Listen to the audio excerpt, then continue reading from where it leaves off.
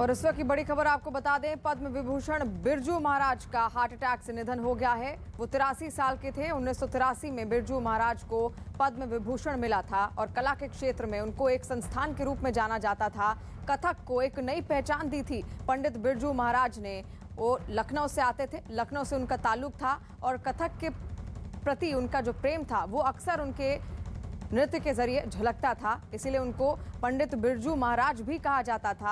हालांकि उनका जो असली नाम था वो बृजमोहन मिश्र था और 1983 में पद्म विभूषण भी उनकी कला के लिए, उनके कला के प्रति उनकी सजगता को लेकर, कथक के प्रति उनकी सजगता को लेकर उनको सम्मान भी दिया गया था। 83 साल के थे पंडित बिरजू महाराज। उनके जो पिता थे पंडित अच्छन महाराज, वो खुद उनके गुरु भी रहे थे। और प्रियंका इस वक्त हमारे साथ फोन लाइन पर जुड़ गई हैं। प्रियंका, कला के क्षेत्र के लिए एक बहुत बड़ी क्षति है क्योंकि पद्म विभूषण बिरजू महाराज अब इस दुनिया में नहीं है। जी बिल्कुल, और जिसको भी बिल्कुल थोड़ी सी भी रुचि नृत्य में है और जो कथक के बारे में थोड़ा भी जानता है, वो जानता है कि क्या कद था कथक की जगत में पंडित बिरजू महाराज का। पंडित बिरजू महाराज अगर कहें कि कथक को आम लोगों से जोड़ने वाले शख्स तो शायद गलत नहीं होगा।